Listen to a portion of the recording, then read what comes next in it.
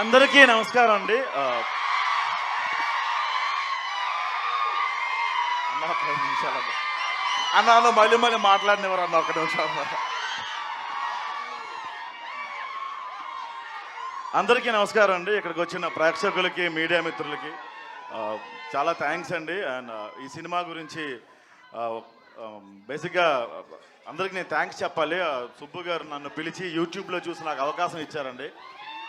Committee గుర్రాలతో పాటు ప్యారలల్గా ఈ సినిమా స్టార్ట్ అయింది. అందరూ కమిటీ గుర్రాల తర్వాత ఇచ్చారని చాలామంది అనుకున్నారు, బట్ ప్యారలల్గానే స్టార్ట్ అయిందండి ఈ సినిమా.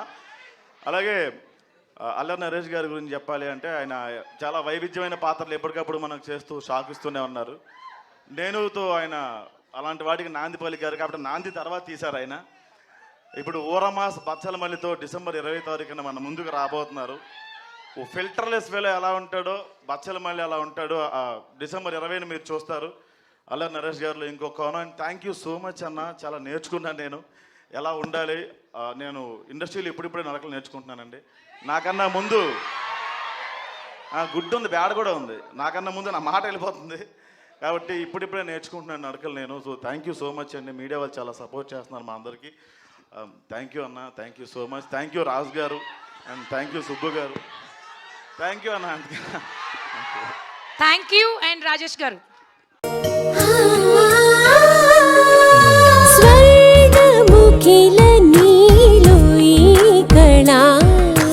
వజ్రవైడూర్యాలంకరణం మణిహారం మహాద్భుతం సంతోషమి ప్రతిక్షణము ఇక శుభప్రదముగా నీవు రాగసిరుల వేడుక